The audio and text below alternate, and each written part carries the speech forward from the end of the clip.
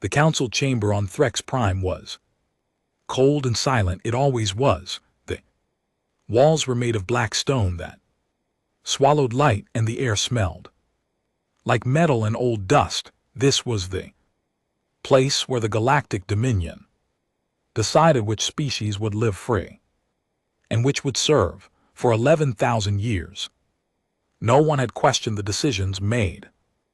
In this room, Grand Arbiter Vorith Kessin stood at the center of the chamber. He was tall even by the standards of his insectoid species.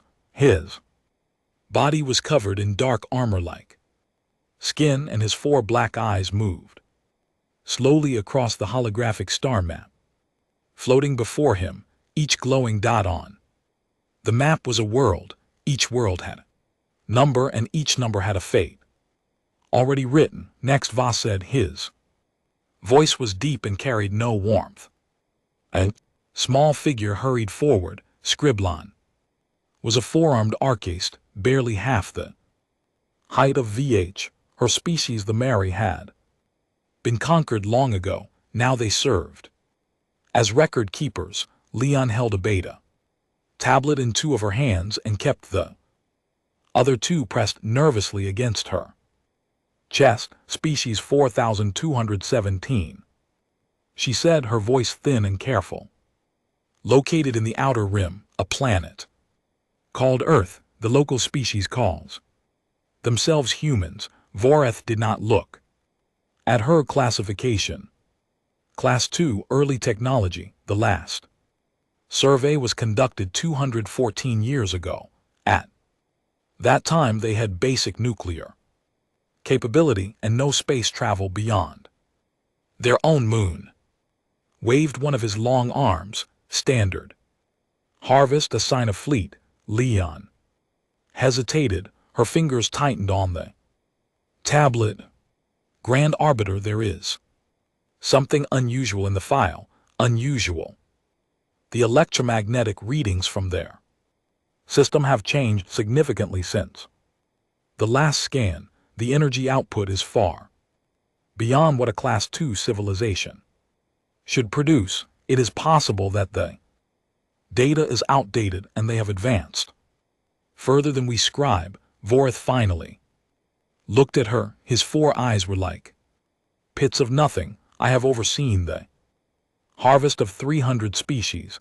Every single one of them believed they were special. Every single one of them was wrong. Assigned a fleet. Leon lowered her head. Yes, Grand Arbiter. She entered the order into the system. 10,000 warships. A full harvester fleet commanded by Fleet Commander Draxus Moore. It would arrive at the human system in 40 standard rotations.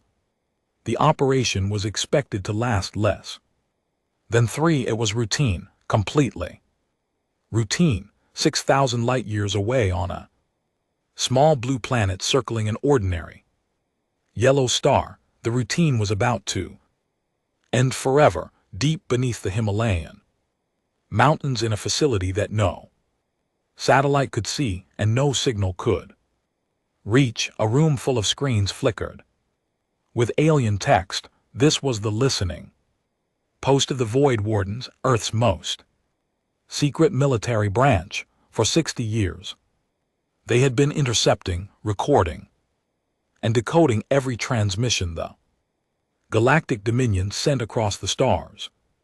The Dominion did not know they existed. The Dominion did not know that humanity had been watching. Dr. Ian Hill sat in front of the largest screen. He was a thin man with gray hair and tired eyes that had spent too many years reading alien languages. His team of 12 analysts worked around him in silence. They had learned long ago that when Dr. Halliel went quiet, something important was happening. He read the intercepted transmission 3 times, then he read it a 4th time just to be sure. Get me Admiral Drake, he said softly. 20 minutes later, Admiral saw Drake walked into the room. He was not a large man. but he filled every space he entered. His face was hard, lined with scars from battles that no civilian would ever know about. His gray eyes were calm in a way that made other people nervous. He had commanded the Void Wardens for 15 years, and in that time he had turned Earth's secret fleet into the most advanced military force in this part of the galaxy. He had been waiting for this day. Dr. Hallow put the translated message on the main screen. It was a Dominion deployment order. A harvester fleet of 10,000 warships had been assigned to the Sol system. Their mission was conquest. Their expectation was zero resistance. The room was quiet.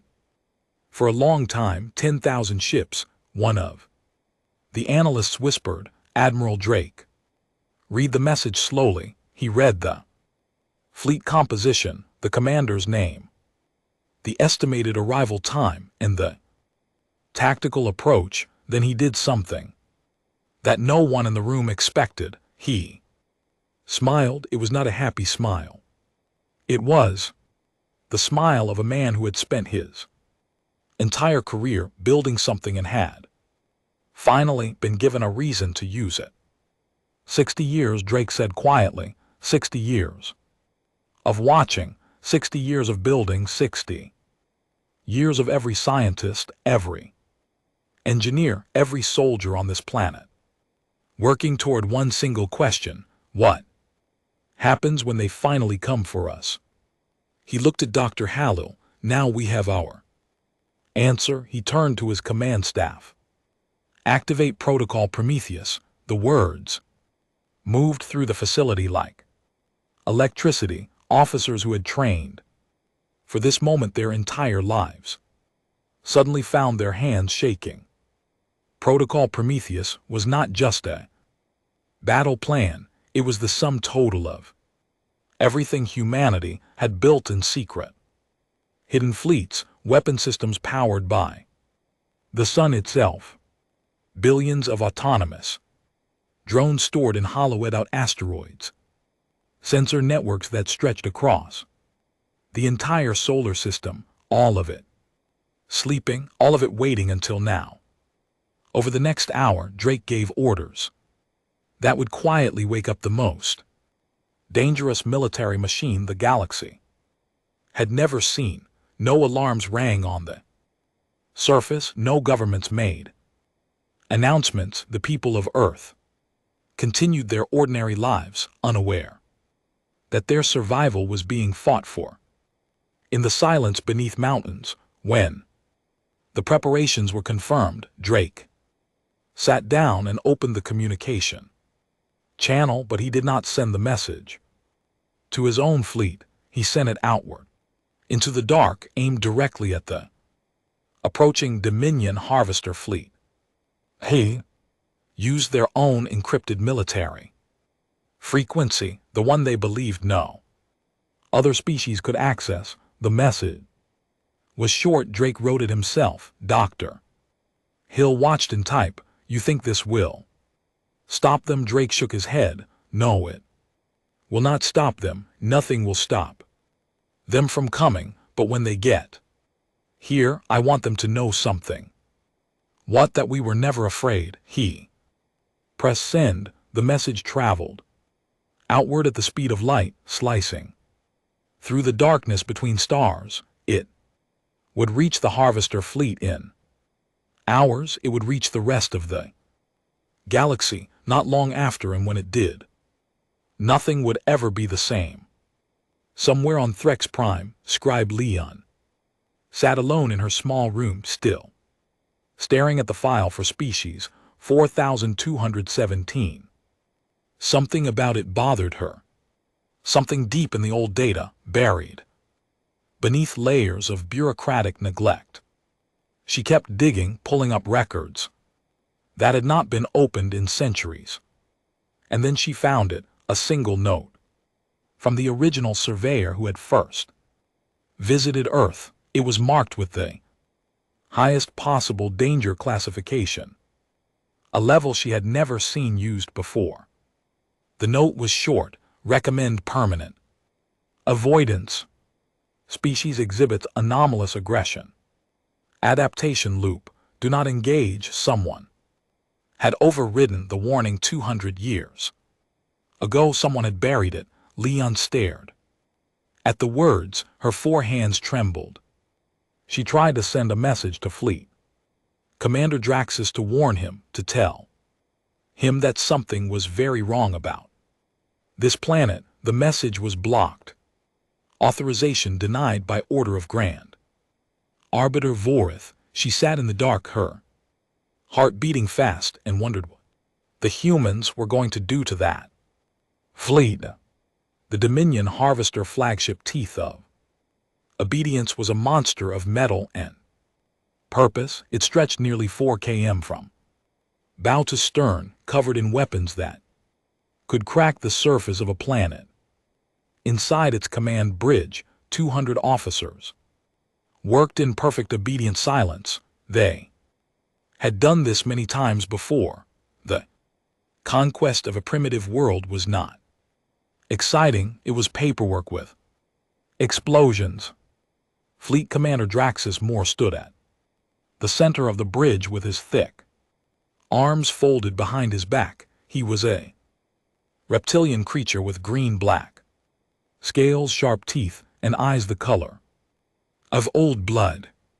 He had commanded 40 campaigns for the Dominion and had never lost, not once. He did not intend to start with some backwater planet in the outer rim. The fleet had exited slip space at a staging point 2 light years from the human system. 10,000 warships held position in the cold dark, running final checks before the jump to their target. It would be fast. It always was.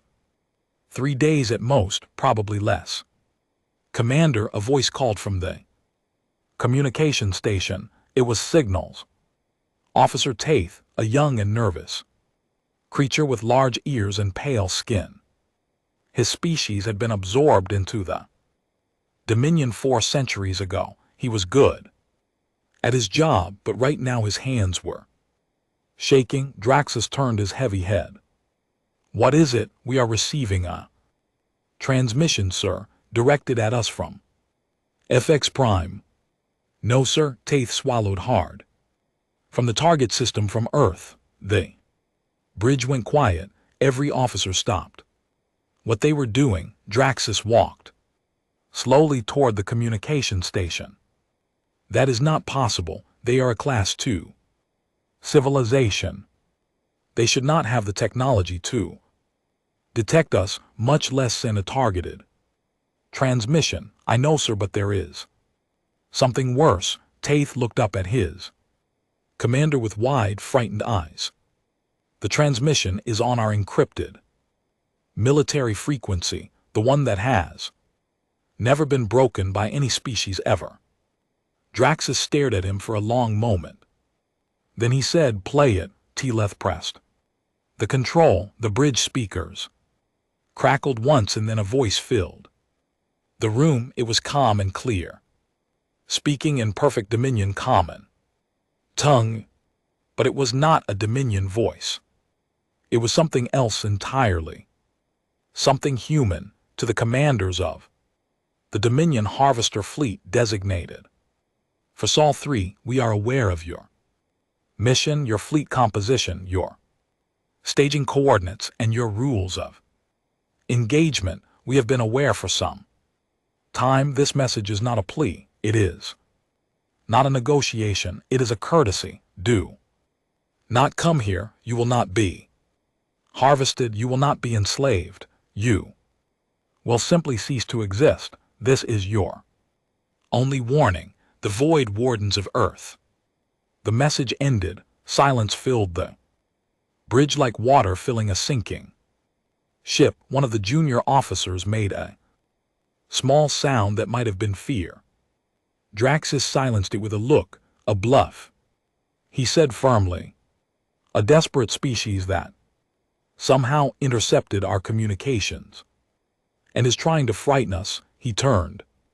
To his officers, we proceed as planned. Increase combat readiness to full, we.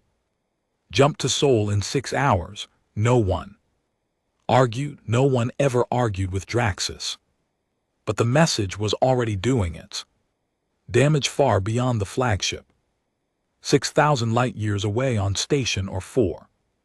A woman sat in a small room surrounded by alien equipment. Her name was Salem Marquetti, and officially she was a human trader dealing in rare minerals. Unofficially, she was Earth's secret ambassador to the galaxy. She had lived on this station for 11 years, learning alien languages, building quiet relationships, and planting seeds of doubt about the Dominion wherever she could. She had received the message from Admiral Drake 30 minutes before it was sent to the fleet. Along with it came a simple instruction: make sure the galaxy hears it. Marquetti was very good at her job. She had spent years placing small devices inside the station. Communication systems, tiny things no bigger than grains of sand, hidden in relay nodes and signal boosters. Now she activated them. The message that was meant only for the Harvester fleet was copied, amplified, and broadcast across the open galactic communication network. Within an hour, it had reached hundreds of worlds on the mining planet of Wrath Prime, where stone-skinned giants had been enslaved for 800 years. Workers in the deep tunnels stopped and listened as the message played through hijacked speakers. A species had threatened the Dominion, not begged, not pleaded.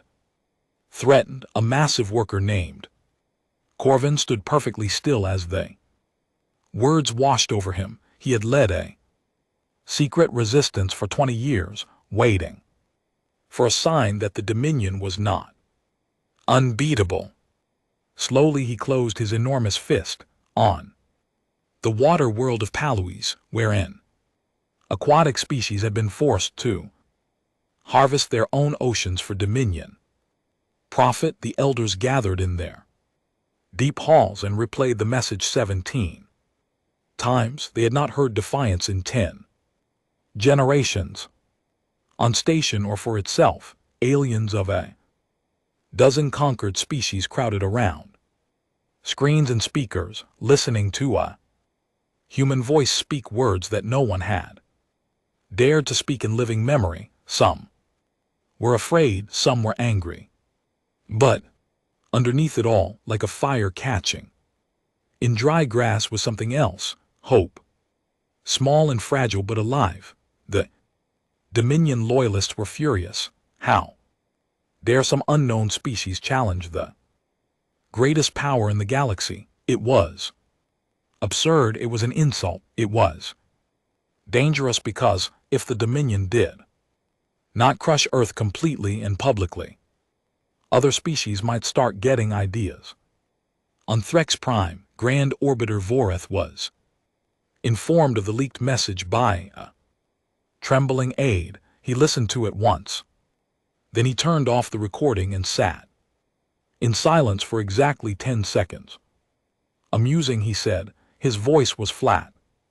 Grand Arbiter, the message has spread to at least 400 systems. The subject species are restless. Yes, they always become restless when they smell weakness. Voreth stood, which is why there will be no weakness, Commander. Draxus will proceed. He will destroy the human fleet, burn their cities, and send their leaders to the processing camps. We will broadcast the fall of Earth on every channel in the Dominion, and this moment of false hope will be crushed. He dismissed the aide with a wave of his arm. The matter was settled, but Scribe Leon had not stopped digging. She had found the buried surveyor's report, the one marked with the highest danger classification. Now she searched for more, pulling files from archives that had not been opened. In centuries, what she found made her blood run cold. The original survey team that had visited Earth had not simply studied the humans from orbit. They had landed, they had observed the species up close, and what they had documented was unlike anything in the Dominion's records. Humans did not simply endure threats, they adapted to them. Every war made their weapons better. Every plague made their medicine stronger. Every disaster made their societies more organized. It was not slow evolution over millions of years. It was fast, deliberate change within single generations. The surveyor had called it the aggression adaptation loop and had written in his final notes that humanity had the potential to become what the Dominion classified as an apex predator species. That classification had been used only twice in galactic history. Both times the species had to be completely destroyed before they became too powerful to stop. Both times it had cost the Dominion dearly, and someone had looked at this report and buried it.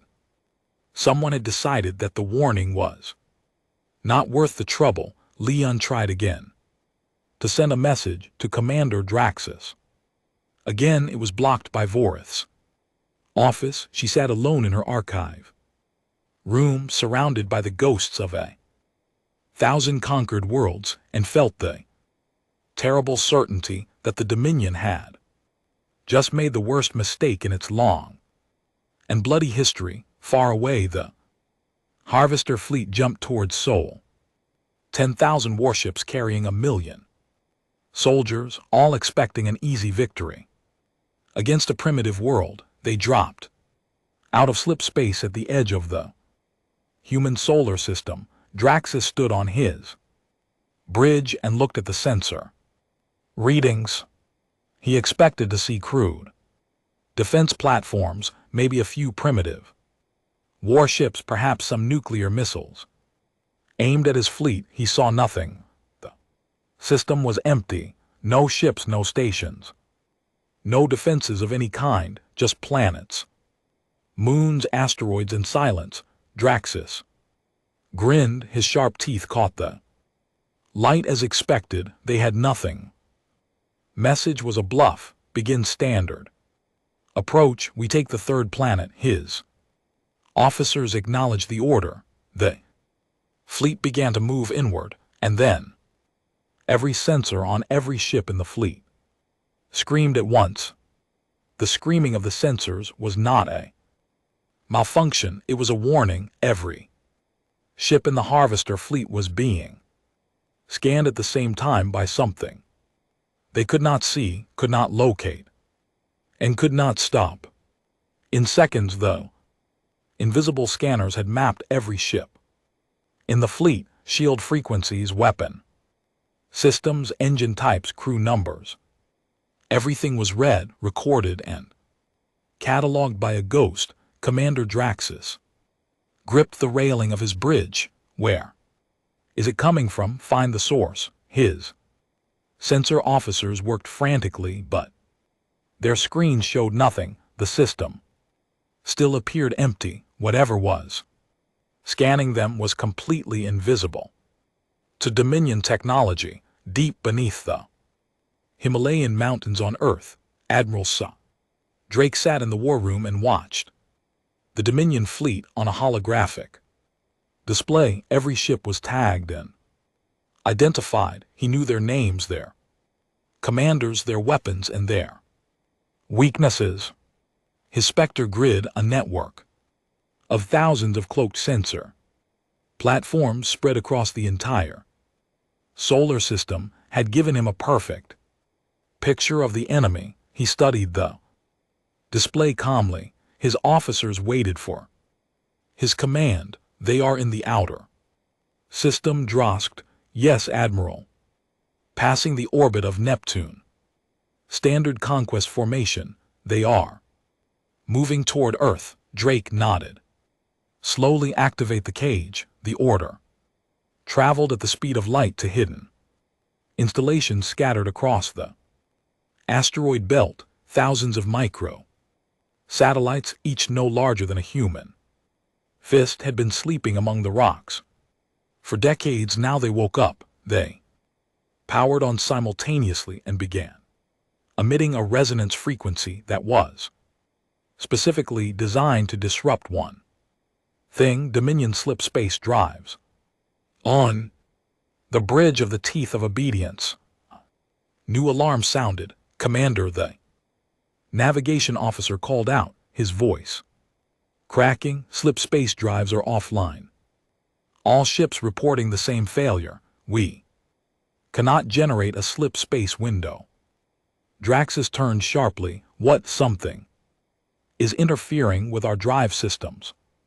The interference is coming from everywhere. We cannot determine the source. The truth settled over Draxus like a cold hand on the back of his neck. They could not leave. The fleet that had come to conquer this system was now trapped inside it. He forced himself to stay calm. It does not matter. We have 10,000 warships, whatever they have hidden in this system, we will crush it. All ships battle formation, move toward the third planet, maximum speed. The fleet reformed and pushed inward. They moved past the gas giants and into the asteroid belt. That was when the second phase began. From the surfaces of moons, from inside hollowed asteroids, from orbital platforms hidden behind planets, launch doors opened by the thousands. What came out of them was not a fleet. It was a swarm, billions of autonomous drones, each barely larger than a bird, poured into space like a dark river. They were fast, agile, and they had only one purpose: to blind the enemy. Drones did not attack the Dominion ships directly. They targeted sensors, communication arrays, navigation systems, and antenna clusters. They moved in coordinated waves, overwhelming the point defense guns that tried to shoot them down. For every drone destroyed, 10 more took its place. Within minutes, the Harvester fleet began to go dark. Ships lost contact with each other. Sensor screens filled with static. Navigation systems gave false readings. Commanders shouted orders into dead communication channels. The most powerful fleet the Dominion had sent to conquer a single world was suddenly flying blind in enemy space. Draxus watched his bridge screens die. One by one, the organized, disciplined fleet he commanded was falling into chaos. Ships were drifting, unable to coordinate. Some were firing wildly at the drones, wasting ammunition on targets too small and too many to hit. This is impossible, his weapons officer said quietly. No Class 2 species could do this. They are not Class 2, Draxus replied. His voice was hard, but something in his eyes had changed. It was the first crack of doubt he had felt. In 40 campaigns, they have not been Class 2 for a very long time. 2 billion km away in the cold darkness of the Kuiper Belt, Captain Yuki Tanaka sat in the command chair of the EWS. Consequence, her ship was a stealth dreadnought, the most advanced warship humanity had ever built. It was 300 m long, covered in light-absorbing armor that made it invisible to every known sensor technology. It carried weapons that the Dominion had never seen and could not defend against, and it was not alone. Around it, hidden in the frozen rocks at the edge of the solar system, were 199 more ships just like it. They had been here for years, sleeping, waiting, hidden so perfectly that even the Dominion's entry scan had missed them completely. Tanaka watched the tactical display. The Dominion fleet was Blinded and scattered, the drones had done their work perfectly. Communication officer spoke. Admiral Drake is on the line. Drake's voice came through calm and steady. Captain Tanaka, the enemy is in the box. You are authorized for Phase 3. Hit them. Tanaka looked at her bridge crew. These were men and women who had trained their entire lives for a battle they hoped would never come. Now it was here. All ships, she said, to cloak weapons free. 200 stealth dreadnoughts powered up their engines and dropped their cloaking fields at the same time to the Dominion sensors that were still barely working. It looked like 200 stars had suddenly appeared in the outer system. Each one was moving toward the fleet at incredible speed.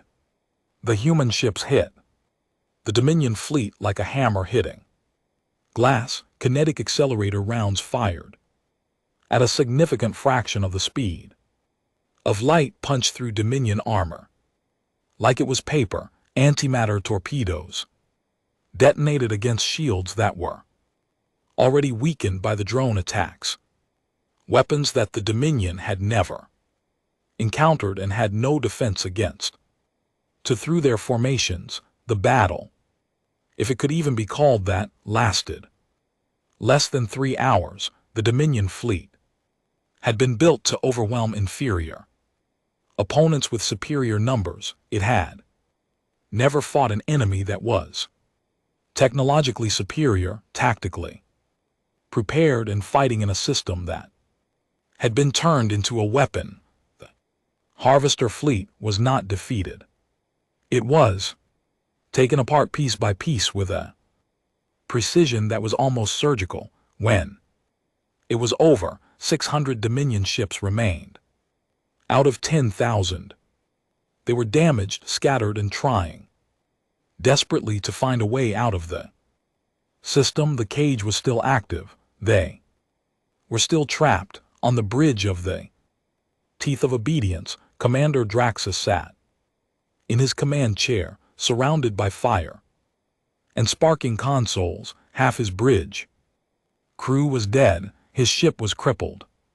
The fleet he had commanded, the fleet that had never known defeat under his leadership, was gone. He managed to send one last transmission to Threx Prime through the wreckage of his communication system. His voice was flat and empty. They knew everything. They were ready. We are lost. Do not send more ships. Do not come to this system. They are not what we thought they were. And Mel Drake received the transmission at the same time as Threx Prime. He studied it for a moment, then he gave an order that surprised his own officers. Drop the cage, let the survivors leave. His tactical officer frowned. Admiral, they will report back to the Dominion. They will tell them everything. Yes, Drake said, that is exactly the point. He opened a communication channel to the retreating Dominion ships. His voice was calm, measured, and carried the weight of a species that had just proven itself to the galaxy. This is Admiral Soren Drake of the Void Wardens. You are free to leave. Go home. Tell your masters what happened here. Tell them that we were merciful today. Tell them not to make us be anything else. The 600 surviving ships limped out of the Sol system and into slip space as fast as their damaged drives could carry them.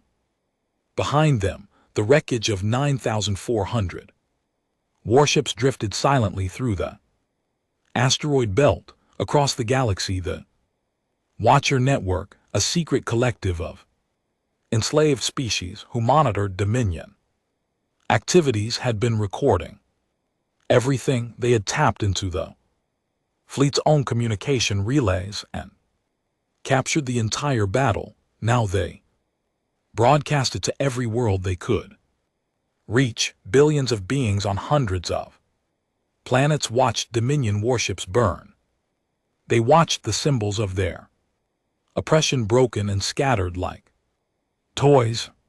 They watched a species they had never heard of stand alone against the most powerful military force in the galaxy and win without breaking a sweat.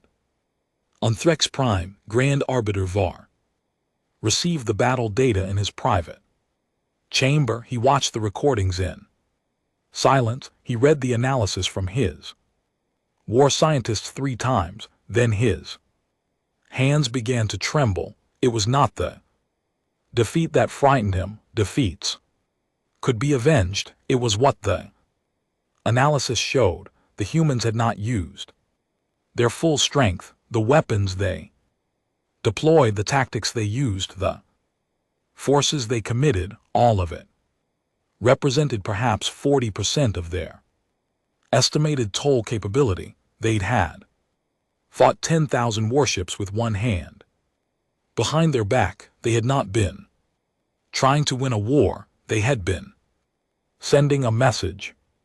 And the message was clear. This was only a taste.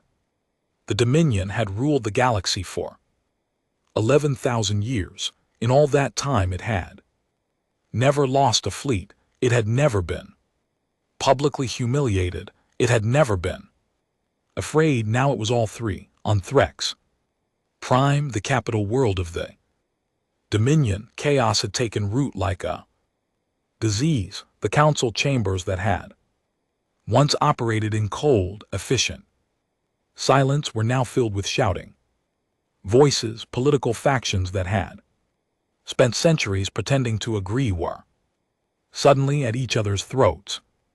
Hardliners demanded blood, moderates urged caution, and everyone, whether they admitted it or not, was scared. Grand Arbiter Vorith stood above it all, watching the chaos from his elevated platform. He had ruled the Dominion for 3,000 years. He had crushed rebellions, silenced dissent, and buried entire species in the dust of history. He was not about to let one small planet in the outer rim tear his empire apart. He raised one long arm and the chamber fell. Silent enough, he said, his voice cut through the noise like a blade. Humans surprised us. I acknowledge this. They used deception and preparation to destroy a single fleet. This is not a defeat. It is a lesson, and we will respond with the appropriate force. He turned to his military commanders. Assemble the Grand Armada, every warship, every carrier, every weapon platform in the Dominion, 200,000 ships. We will go to Earth not to conquer it, but to erase it. Every city, every structure, every living thing on that planet will be turned to ash. And the galaxy will watch. The chamber erupted. In approval, the hardliners cheered. The moderates stayed silent. The order was given, but not everyone on Threx Prime was cheering. Counselor Metha was a moderate politician who had spent her career trying to reform the Dominion. From within, she was a thin, pale creature with silver eyes and a mind sharp enough to see what others refused to look at. She watched Vorith's speech and saw something the cheering crowd did. Not desperation. Vor was not acting from strength. He was acting from fear. And fear made empires do foolish things. That night, Metha received an unexpected visitor. Scribe Leon came to her private quarters, trembling and carrying a data tablet that contained the buried surveyor's report on humanity. Leon placed the tablet on Metha's desk. Read it, she said. Read what the first surveyor found on Earth. Read what the Grand Orbiter buried. Ma, read it. The aggression adaptation loop. The classification of humanity as a potential apex predator species. The warning to never engage them. The recommendation for permanent avoidance. That had been overridden and forgotten. When she finished, Metha sat back in her chair and closed her eyes. He knew, or he should have known, and he sent a fleet anyway. He is sending 200,000 ships now, Leon said. If the humans truly are what this report says, what will they do when the entire Dominion comes to their door? Metha did not answer. She did not need to. They both knew. Far from Threx Prime on station Orin 4, Ambassador Salem Marchetti was done hiding. For 11 years she had pretended to be a traitor, building quiet connections and planting seeds of rebellion. Now the seeds had grown and it was time to stop pretending. She called a meeting, not in secret rooms or hidden channels, but openly in the main trading hall of the station. Representatives from 14 conquered species came. Some were large, some were small, some breath there and some breath liquid. All of them had one thing in common: they had been under the boot of the Dominion for centuries, and they had just watched that boot get kicked. Across the solar system, Marchetti stood before them and spoke plainly. I am not a traitor. I am an ambassador of Earth. My people have been watching the Dominion for 60 years. We know what they do to species like yours. We know about the harvest, the slave camps, the stripped worlds, and we chose to prepare instead of submit. The room was tense. Massive wrath warrior named Corvin stood near the back, his stone gray arms folded across his broad chest. His species had been enslaved for 800 years, forced to work in deep mines until their bodies broke. He had led an underground resistance for 2 decades, but it had always been small, always hiding, always waiting for something to change. What do you want from us? Corvin asked. His voice was deep as an earthquake. Nothing, Marchetti said. We did not fight the Dominion for you. We fought them because they came for us, but they are coming again. 200,000 ships this time. Earth cannot fight that alone. She paused and looked at every face in the room. We are not asking you to serve us. We are not asking you to obey us. We are asking you to fight for yourselves, and if you choose to fight, we will stand beside you. We will bleed beside you. That is our offer. The room was silent. These were species that had learned over centuries that standing up meant being crushed. Trust was not something that came easily to the conquered. Corvin was the first to speak. My people have waited 800 years for someone to prove that the Dominion can bleed. You have proven it. Breath will fight. One by one others followed: the aquatic Peli, the winged Sarah, the crystalline Huri, species that had been enemies under Dominion rule, that had been turned against each other by their masters, now agreed to stand together. It was not smooth. There were arguments, suspicions, and old hatreds that nearly broke the alliance before it began, but it held back on Earth. Dr. Forhallow's intelligence team had intercepted the plans for the Grand Armada. When the briefing reached Admiral Drake, he did not smile this time. 200,000 warships was a force that could burn entire star systems, even with Earth's technology, even with the home advantage. The numbers were crushing. We need OIS, Drake said. Simply, the technology we share with them does not need to be our best. It just needs to be better than what the Dominion gives their slaves. Earth began shipping weapons technology, shield generators, communication systems, and tactical training programs to the Alliance through hidden channels. Human military advisors traveled to secret bases on neutral worlds, teaching conquered species how to organize, how to fight, and most importantly, how to believe they could win. The alliance grew. It was messy, fragile, and held together by nothing more than shared desperation and a thin thread of trust. But it grew. Then Counselor Metha made her move through a chain of intermediaries so long and complex that it could never be traced back to her. She sent a data package to Ambassador Marchetti. Inside was the complete deployment schedule of the Grand Armada, the routes, the timing, the supply chain, and the command structure. It was the single most valuable piece of intelligence in galactic history, and it came from the heart of the Dominion itself. When Admiral Drake received the data, he studied it for a full day without sleeping. Then he called a meeting of his senior commanders and the leaders of the allied species. The Armada launches in 20 rotations, he told them. 200,000 ships. They will come through Dominion space, gathering forces.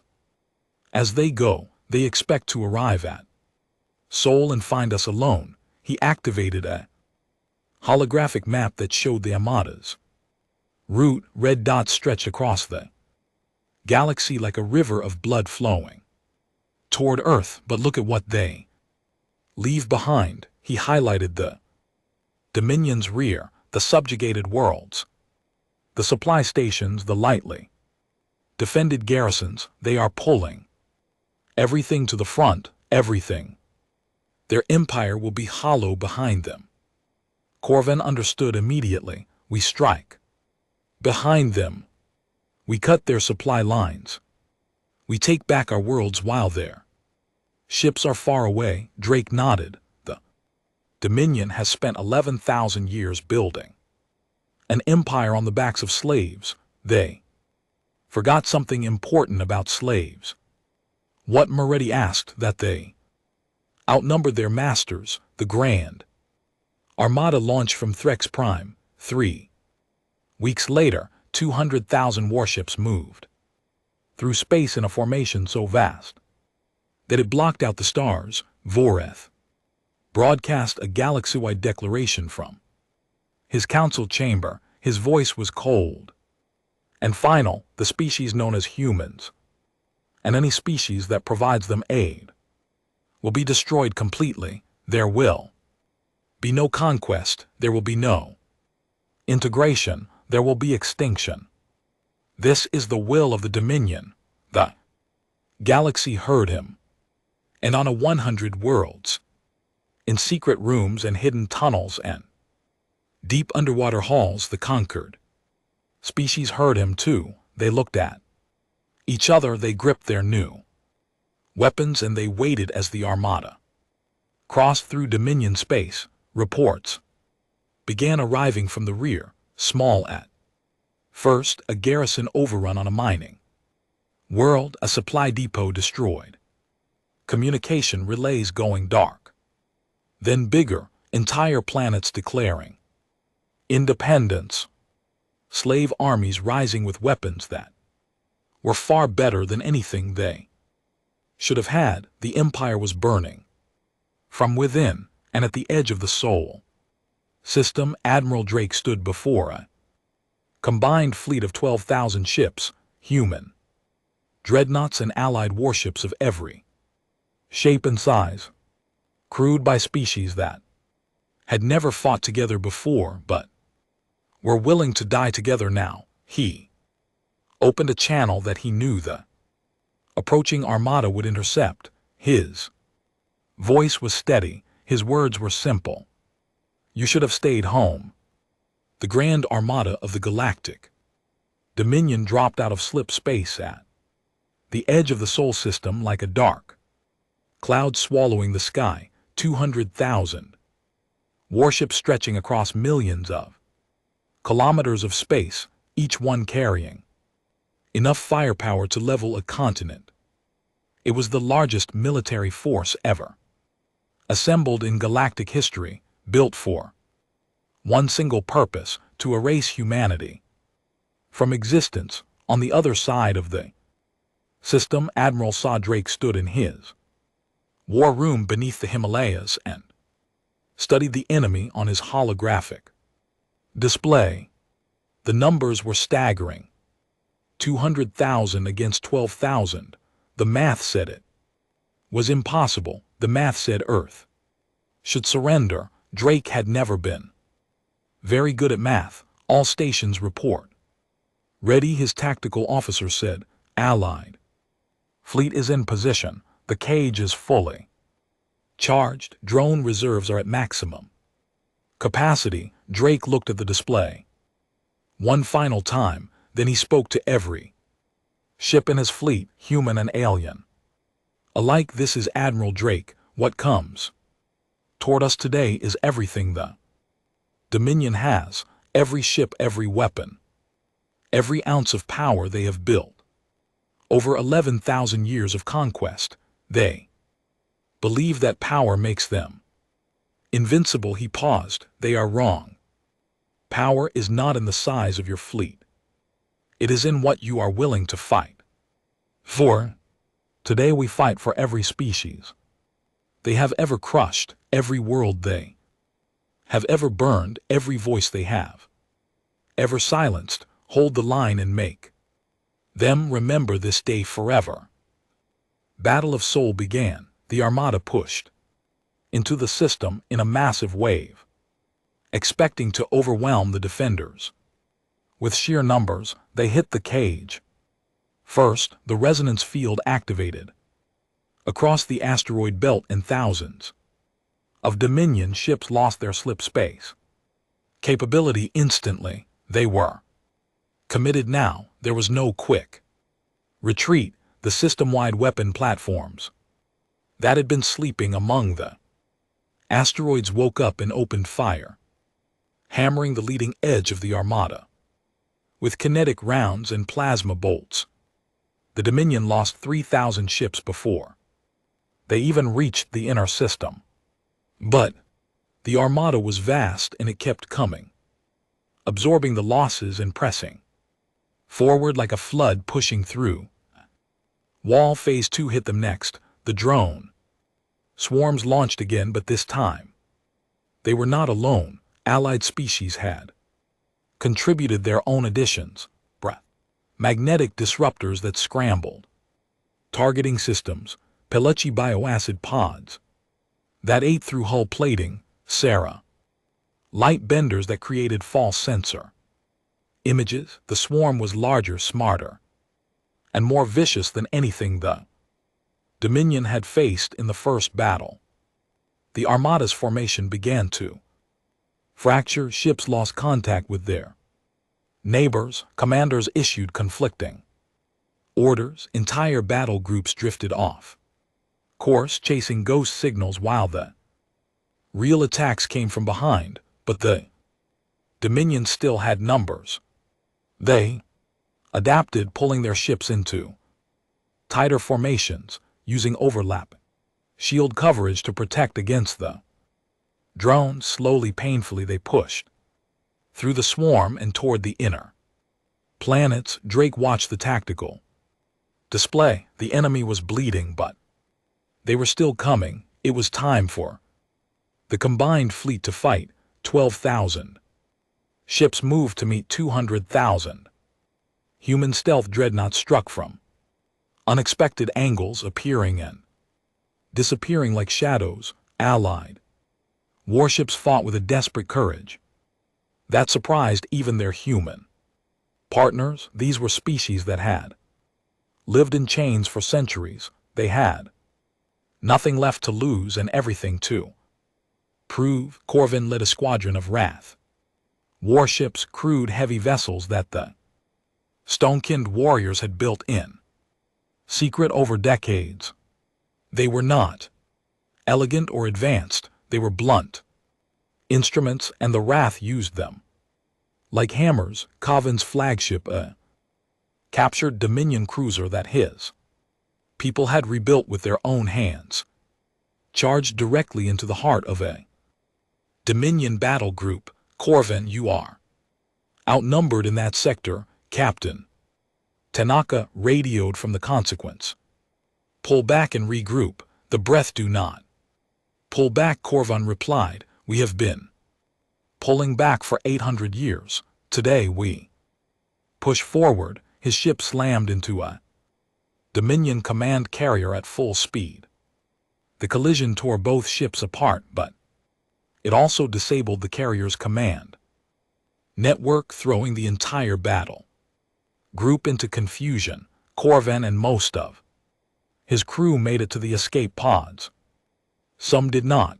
The sacrifice was not in vain. Human dreadnoughts swept through the disorganized battle group and destroyed it in minutes. Similar stories played out across the system. Tawuchi submersible ships designed for their water world were surprisingly effective in the three-dimensional combat of space. Sarah pilots with their natural wings and incredible reflexes flew fighter craft with a skill that left even human pilots in awe. Species that had never fought before, that had been told for centuries that they were weak and worthless, discovered that they were neither, but the Armada kept coming. The Dominion had not ruled the galaxy for 11,000 years by being easy to beat. Commander Draxus given one final chance by Voreth to redeem himself. Lebi, Armada's core fleet, 50,000 of the most powerful warships in a direct push toward Earth. They broke through the defensive lines by sheer force and began their approach to the blue planet. Drake watched them come. His face was calm, but his officers could see the tension in his jaw. This was the moment everything depended on. Authorized protocol Prometheus, he said. Full activation. Deep inside the sun, something stirred. For 30 years, Earth scientists had been building devices that reached into the star itself and drew energy directly from its core. Stellar energy taps buried beneath the surface of the sun, connected to a network of relay stations that stretched across the inner system.